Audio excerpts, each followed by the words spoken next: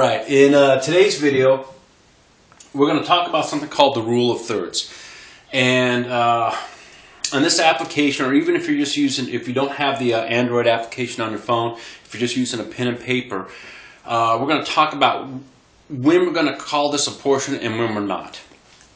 And obviously, one of the main things that we've talked about is getting away from, excuse me, the idea of counting calories and all this stuff, and we're actually going to start looking at portion sizes. So just as an example, a portion of protein, we said, and these aren't exact. Don't send us any emails and say, well, I got on this nutrition site and we did the math and we decided this doesn't always come out. And I agree with you 100%.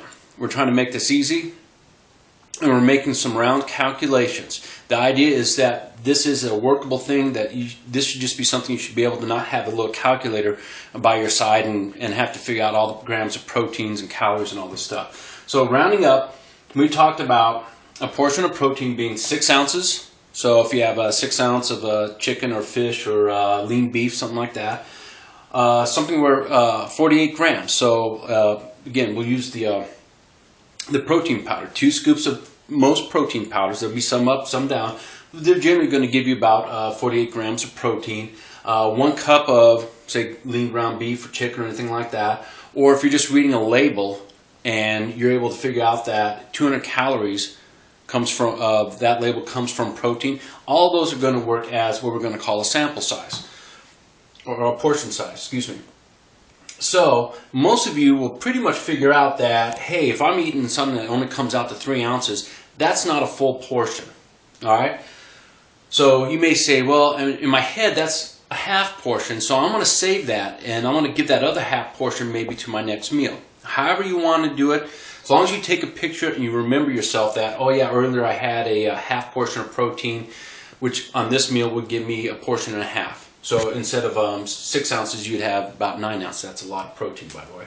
But anyways, you get the idea. At the 3 ounce or 24 grams or half cup or 100 calories, these are all what we would call a half portions. And you can decide whether to click that now or save it for later on in the day.